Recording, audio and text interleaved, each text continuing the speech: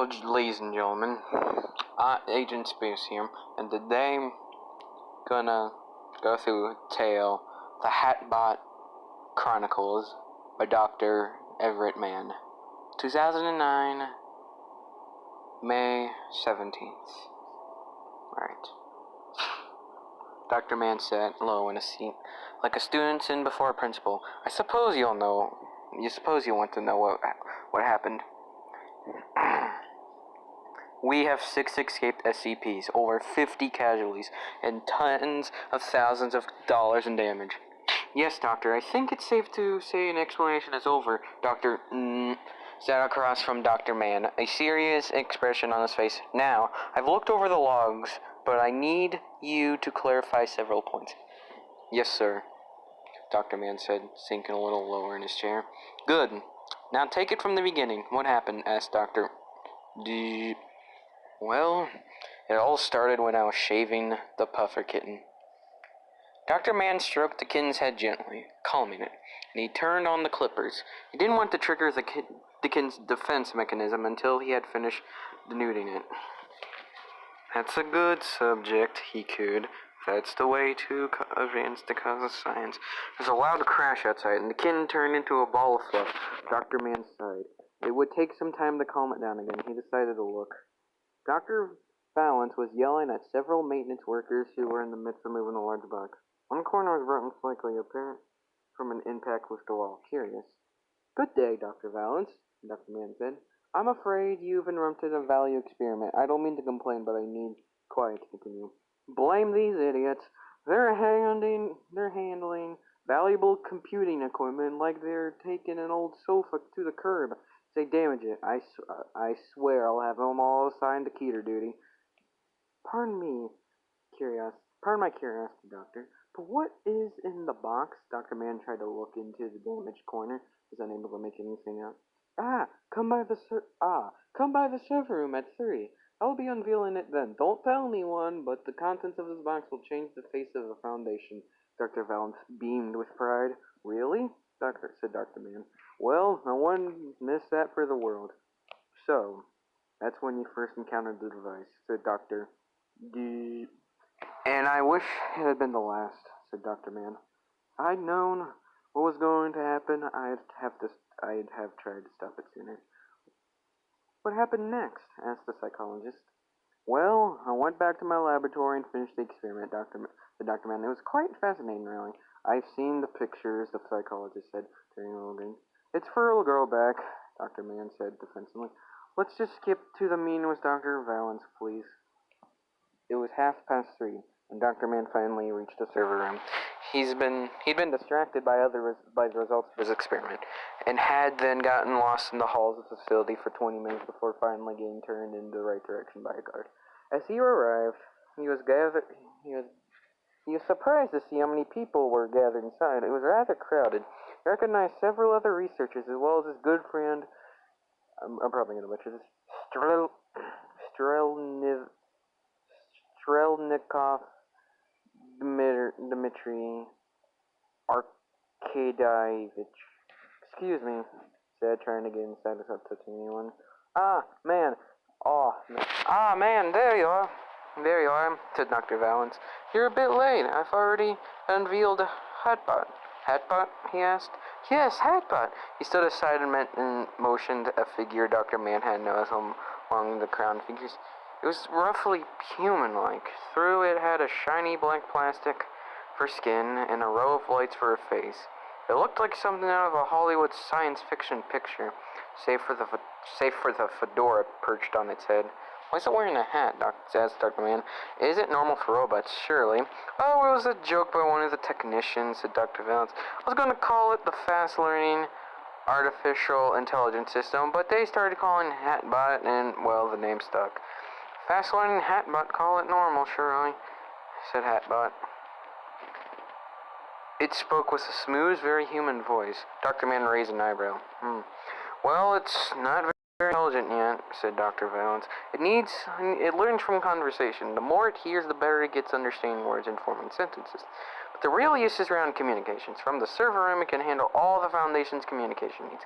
Oh, that's very nice, said Dr. Mann. Disappointed that Dr. Valance had meant more literal changing a face. He so enjoyed a good cosmetic surgery. Very intelligent, at screaming at Jews and praising communist man, said Hatbot.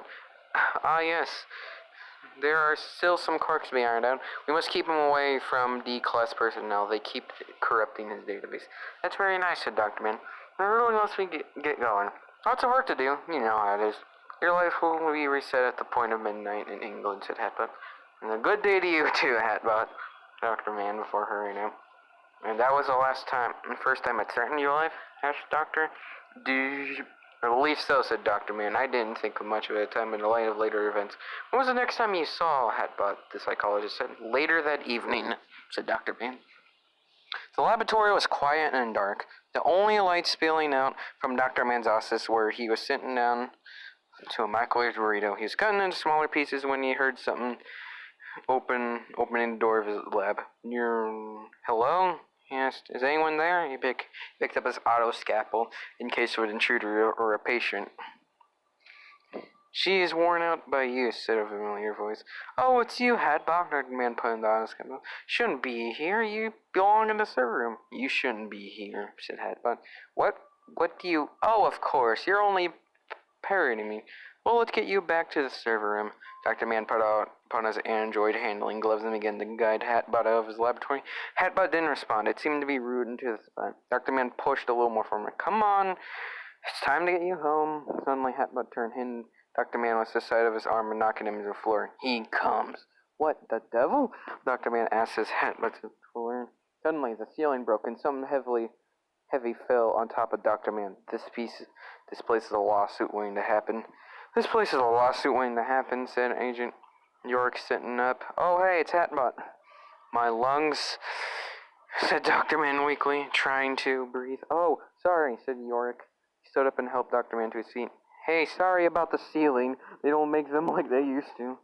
Think nothing of it, said Dr. Man as he brushed himself off. Listen, would you help me get Hatbot a server room? Something seems to be off with it. Okay, said Yorick. How do you mean off? Well, if I didn't know better, I swear it just attacked me, said Dr. Man. Nah, Hatbot's harmless. It wouldn't hurt a fly, said Yorick, patting Hatbot on the back. As you say, said Dr. Man. Still, let's get it out of my laboratory and back to where it belongs. Did you become suspicious then? Asked Doctor. A bit, said Dr. Man. But I don't really know much about robots. For all I knew, that could have been normal. When did you know there was something wrong? Asked the psychologist. When it tried to kill me again the next night. That's when I began to detect a pattern, said Dr. Man. Dr. Man was half asleep in his office when he heard something moving around his laboratory. He sighed and reached for the auto scalpel. He opened the door in time to see a black plastic figure leaving the room while a table began to blaze. It took 10 minutes to control the blaze, at least 5 of which was spent trying to figure out how to activate the sprinklers before grabbing a fire extinguisher. He was now covered head to toe in the fire retardant foam. Only his foam-proof snood protected his mustache. He wanted to march right up to Dr. Valance and demand an explanation. Fortunately, he didn't know where Dr. Valance might be this time of night. That left only one avenue. Dr. Wrights, Dr. Valance's creation tried to kill me, said Dr. Man as he burst into the break room. What? Slow down, man. What's wrong? Asked Dr. Wrights. I was in my office, and that android of Dr. Valance has set my lab on fire. Last night, it hit me very hard. Dr. Man tried to project a tone of righteousness. Oh, poor baby. Are you sure it was Hatbot trying to kill you, sweetie? I saw it. Saw it with my own eyes. Well, it will be on the security tapes, dear. Come on. Dr. Wrights guided Dr. Man to the video room with a gentle hand. What happened then? Asked Dr. There was nothing, not a damn thing on those blasted tapes. Dr. Man tugged his mutton chops in irritation. And of course, Dr. Wrights assumed I was dreaming. She gave me a cookie and some warm milk, but no salvation from the machine. Did you suspect it may have edited the footage? Asked Doctor. I knew it had done something. But as I said, I don't know much about computers and networks and the like. All I knew is that no one would believe me about the threat of Hatbot. Can you expand on that? Asked the psychologist. Well, the problem was that darn near everyone loved Hatbot. Dr. Man walked nervously down the hallway. It was just after lunchtime. He had He still hadn't slept. He was waiting for another attack. Have you been hanging around Hatbot? One guard asked him. Yes. F trees, I climb clouds, mother effer. The guard laughed miraculously. Heck yeah, said the first guard. Don't they understand the threat Hatbot represents? Dr. Man thought to himself. Don't they understand he's a menace? Torvish man, said the familiar voice. How is you are doing today? Strugnif Dick me active. It's good to see you, my friend. It's good to see you, my friend. I'm glad to see the Russian. Surely you believe me. And what all you need for this, believed friend? Asked Agent Strelnivak. It's Hatbot. He's trying to kill me, but no one will believe me. Dr. Man was nearly on the point of tears. Full make sayings of nothing more, said Strelnivak. I will stop this fastest machine for Dr. Man. Where am I to find this? Oh, thank you, said Dr. Man. It's in the server room. Yes, I will make the stories of it now, said Strelnivak. He marched off purpose in his room. And that was the last time you saw Agent Strelnivak. Yes, poor Strelnivak. Dmitry Arkadevich doesn't know the site very well. He was depending on automated maps to find his way around. I understand he wasn't found for several days. He was alright. Except for a few superficial burns from the steam tunnels. Now what happened next? I guess Hatbot knew I was on them, because then that's when it became more silly. Dr. Man was in his office. He'd taken a short nap and then woken up again knowing Hatbot would come soon enough. He'd ready his laboratory for defense, but he wanted to be awake when it happened in case his preparations were for naught. Yarr! Dr. Man bullet upright. Robots did not scream like that. He looked out into the table and saw a man dangling from the loop trap he set at the entrance. There was a package on the floor beneath him. Oh, he said, you're not a robot. Get me down. Get me down, said the man. He wore a maintenance uniform. Oh, sorry, of course, Dr. Man said. He hurried through the laboratory, avoiding tripwires, nooses, and sundry other traps as he did so. A quick swipe of the auto scalpel, and the man was turned to front. You haven't seen an android, have you? What? No, the man struggled back to his feet. Look, I was just told to deliver a package to Dr. Man. I'm Dr. Man, he said. Well, here's your package, and you're welcome to it. The man stormed off, not even saying goodbye. Dr. Man picked up the package and walked back to his office. He wondered what it might be. Was it a present? He was trying to remember if it was his birthday. No, it wasn't his birthday. It had been months ago. He had gotten a nice email from the foundation reminding him to get a physical. Was it Christmas? It had to be Christmas, he decided. He opened the box with the auto scalpel and looked at the contents. Inside were several odd round fruits. One was the size of a pomegranate. The other skin was a very dark purple. There was also a note saying, he waits behind the walls. Most peculiar. Dr. Man picked up the auto scalpel. 2 minutes later, Dr. Man stumbled out of the room covered in stinging insects. Bees? He's going to want to have to be bees. He tripped over a wire, his arm caught up by a snare, pulling him off his feet entirely. His feet knocked over a stick, releasing a small avalanche of ball bearings beneath him, which knocked him over again as he tried to regain his seat. His flailing arm broke the strain, and then Bunsen burner turned flamethrower activated, setting his coat on fire. He pulled his arm off from the snare, falling over a chair and knocking over a small basin of acid which fell down his leg and screamed and swallowed a bee. He choked and fled, trying to make it for the exit before finally stepping into a snare and being pulled upside down, dangling over several of his trained surgeon crabs, which jumped up and down as expecting trees. It sent fruit from 417, asked Apologist, and you tried to eat it? I thought it was a Christmas present. It's almost July. Forget it. Just tell me what you did after you got down. Well, after I excised the affected tissue of emergency heart surgery on myself, I endeavored to get help. Dr. Man looked down the hallways, desperately looking for help, any help. I walked past Dr. Cliff's office. Alright, no, he walked past Dr. Clef's office. Alright, not quite any help. He looked into the break room. The only person was Agent Tam, who was eating some sort of... Excuse me, Agent Tam. Can I borrow your moment, Tam? Sure thing. Man, what's up? Asked Agent Tam. Dr. Man sat across from Agent Tim. Hatbot keeps trying to kill me. I'm very frightened. I think it might succeed soon. That's crazy. Hatbot's awesome. Why? I'm getting a Hatbot tattoo, said Agent Tim. F trees I climb, but you don't understand, said Dr. Man said. It struck me. It set fire to my office. It covered me in bees. Bees sound like you need an exterminator. Agent Tam began to chuckle, then looked down at the sandwich. Gosh darn, somebody stole the mustard, please, Agent Tam. This is important. So is this. Some guy stole my mustard. This was good freaking mustard. I'm going to ram my fist down the throat of whoever took my mustard. Agent Tam threw a sandwich in disgust. Dr. Man was hit by sudden inspiration. It was Hatbot. Hatbot? Tam looked at him widely for a moment and growled, I'll kill that pile of scraps. Teach him to take my mustard. He pounded up his chair, grabbing a butter knife. Remember the horseradish? The horseradish, he shouted as he ran out the door. Remember the horseradish! Dr. Man smiled at himself. Surely now the matter is over. But the matter wasn't solved, was it? Asked Dr. No, said Dr. Man. I was overestimated. Agent Tam's good sense. He punched Hatbot several times, called it a pansy, and then spat at a researcher on the way out. Sadly, none of this disabled it.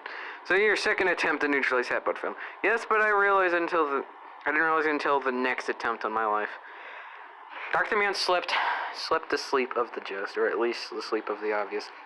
Finally safe thanks to Agent Tim. He shot up when we heard someone moving about in the laboratory. An intruder, but it was impossible. Surely Agent Tim destroyed the Hatbot. He got up, grabbing the auto scalpel as he did so. He carefully opened the door, turning on his light. There was a man standing in the middle of the laboratory. His shoulders were hunched. For some reason, he was wearing a metal gauntlet. Hello? I'm afraid I'm busy, but if you care to come back in the morning... The man gave a deep growl, which turned into a chuckle and a scream. He comes, he said. Behind. He's wailing. I stopped. No, he knows. He comes, he said. Behind. He's waiting. No. He knows of the order. Bereft of chaos. He is coming. The man's eyes were leaking a black substance almost as thought he had been infected with SCP-679, but much more vicious. What? Who's coming? What's wrong with your voice? Dr. Man asked, reaching for the auto scalpel. Zalog! Zalog! The man screamed with a sound that should never issue from a man's human throat, and the gauntlet changed shape into a long spike, and the poured into a mold. I still don't understand how it managed it. I understand, said Dr. Min. I understand it used but I'm not quite sure how it moved it to hit to my laboratory. Let alone, as a test subject, how did it keep it learning from it? They're working out how it managed to take control of the maintenance work. However, once it managed that it was able to give him an artificially high clearance, he took from containment, took it to your laboratory and put it on. Diabolical, said Dr. Mann. What did you do then? Asked the psychologist. Well, once dispatched, the subject was I knew I had to find a way to destroy Hatbot once and for all. Dr. Mann stormed up to the room. Dr. Valance, he shouted. I must have the word with Dr. Valance. The scientist opened the door. Yes, man? What's the problem? Your mechanical is trying to kill me, Dr. Mann said, grabbing Dr. Valance by the collar. Let go of me, you maniac. That's ridiculous. Hatbot is perfectly safe. You should pants fetchingly in the morning, said Hatbot from Dr. Valance every midnight in England. Are you human? I am not crazy. I'm perfectly normal. The machine is trying to end my life. Dr. Mann let go of Dr. Valance and gestured toward the server room. I have suffered no less than 4 attempts on my life thus far. I will not suffer another. Hatbot must be destroyed. Are you crazy? Do you know how much it costs? You can't possibly send me to let that work go down the drain. But it tried to kill me, Dr. Mann said. And why won't you believe me? It has to be destroyed. You need to sit before the camera and die, possibly. See? It just turned my life again. Howled Dr. Mann. I think you've been working too hard, said Dr. Valance. You should go back to whatever is you hole up at night and get some sleep. I don't need sleep. I need Hatbot's destruction. Hatbot, delento, screamed Dr. Mann. Guards, Dr. Valance. Restrain Dr. Mann and escort him back to his office. Make sure he doesn't go anywhere near him. But you can't do this, don't you understand? Hatbot's a menace, I tell you. Dr. Man's screaming became more frantic as two guards grabbed him by the arm and started pulling away. You think he's harmless, but he's trying to kill me. The guards paid him no heed as they dragged him down the hallway. The first attempt at direct confrontation failed, said Doctor. What did you do next? Well, you have to understand I was fairly desperate, but I think. Dr. Man wandered the halls disconsolately any time he approached the room.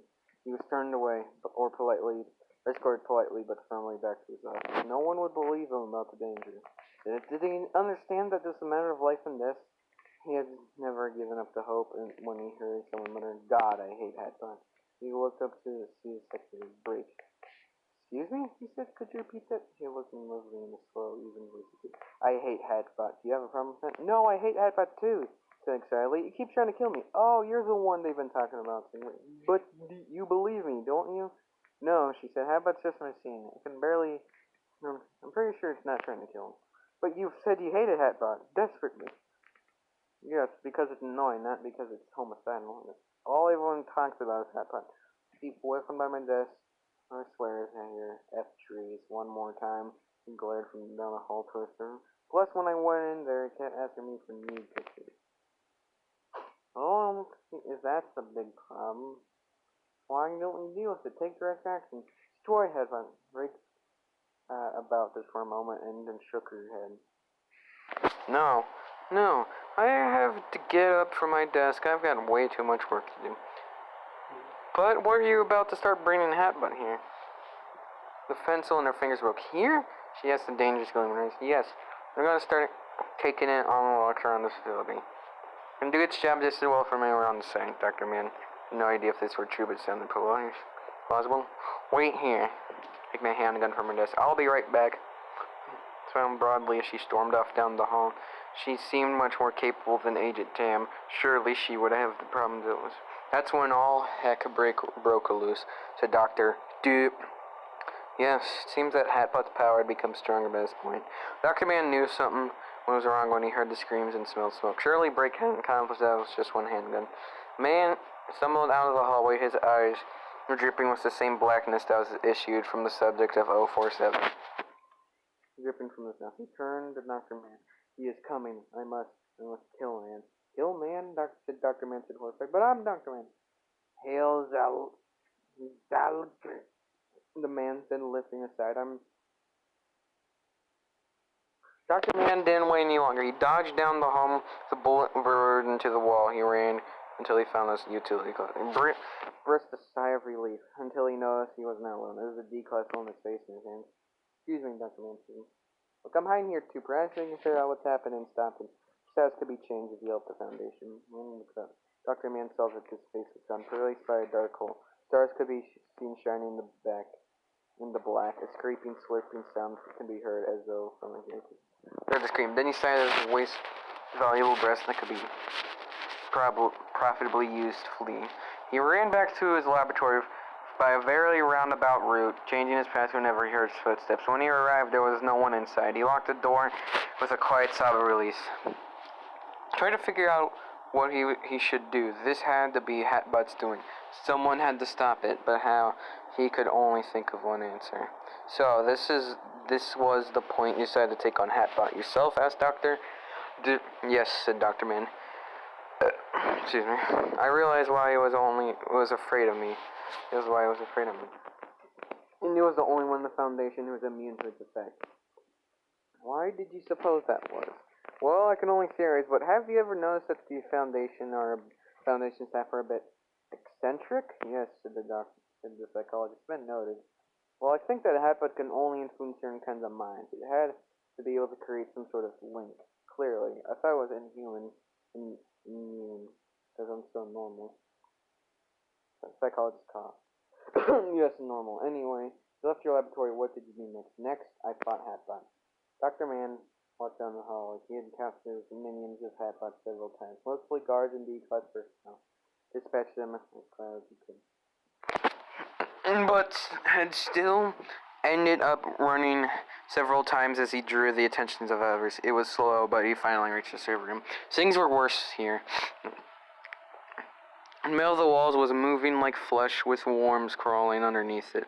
He saw what might have been men, groaning like inhumans of black fluid and running, flesh twitching and shuffling along the floor. He moved aside and walked into the room itself. There was a spider web cracks in the air, and angles were all wrong. Here as I see, and where was Hatbot? The first blow nearly took him off his feet, and the second staggered him. You should not be here. You need to be reset every 24 hours in England. Hatbot, Dr. Man cried out. I'm here to destroy you. The master comes to sing in the song that ends the world, Hatbot said. Its voice was different now. It had lost its electronic synthesized quality. It picked up strange harmonics that hurt Dr. Man said. It's a beautiful night in England. Hail, Hatbot. Stop it, said Dr. Man said. This must end. It's madness. Such a beautiful song. If trees, I kill man, kill man, kill man. Hatbot charges Dr. Man swinging his shining plastic arms. Dr. Man dodged to the side, keeping a desk between himself and Hatbot. He stepped in something that used to work here. He put down the auto scalpel, knowing it would do a little good against the machine. Instead, he pulled a secret weapon from his bed. Why do you have a cricket bat in your office? In case of 008 breakouts, of course, said Dr. Man. Of course, continued. He swung the bat as hard as he could, connecting right where Hatbot's head connected to the body. For science! He shouted. Embrace the end, Hatbot said, staggering back. Its fedora fell from its head onto the floor. Dr. Man hit again and again, driving it further back. I can't let you do this, Dr. Man, the robot said, rallying it. It caught the bat and tried to pull it off it from his hands. He awaits this night. Dr. Man pulled back, trying to free the cricket, but you're a menace. You should have been stopped for the good of humanity. I'll make you one with him. Hail, Hatbot. Hail, Zygote. Hatbot lifted, suddenly nearly pulling Dr. Man off his feet. He kicked the desk into Hatbot, loosening its grip. He began hitting it again. Plastic cracked, exploding servos and electronics. I must give him the call to set him free, said Hatbot. It stepped backwards, trying to stay back from the swinging bat.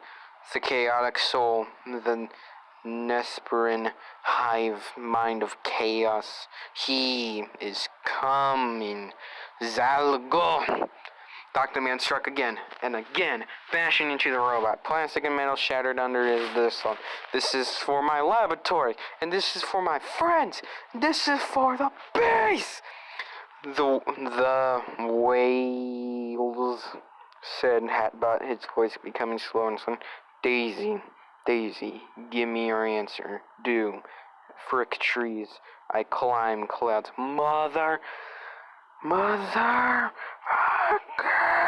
Its voice finally drew to a halt,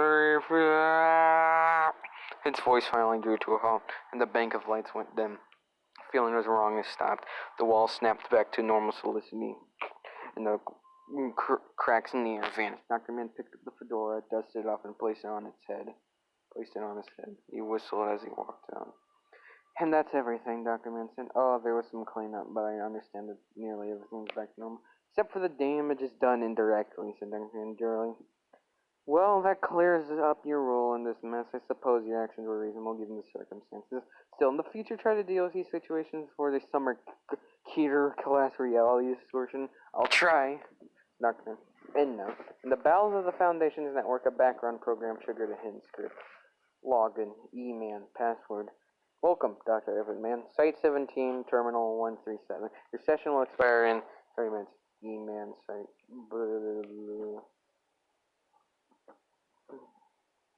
E-man at site. SCP Site 17-T137. SCA Valens. Password. Merrily down the stream. A Valens at site.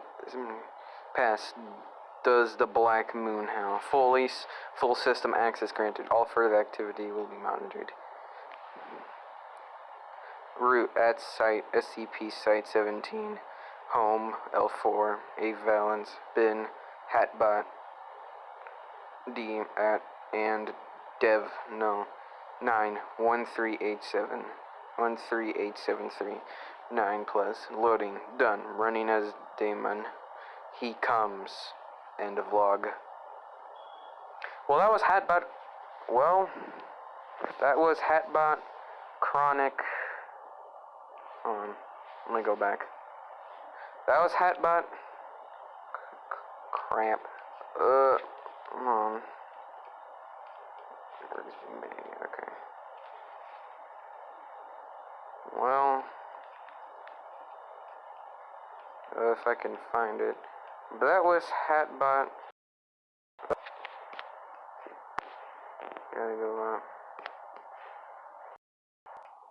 Where is it? Here we go. That was the Hatbot Chronicles by Dr. Everett, man. Hope you guys have enjoyed. Like, subscribe, or whatever. See you dudes next time. Goodbye.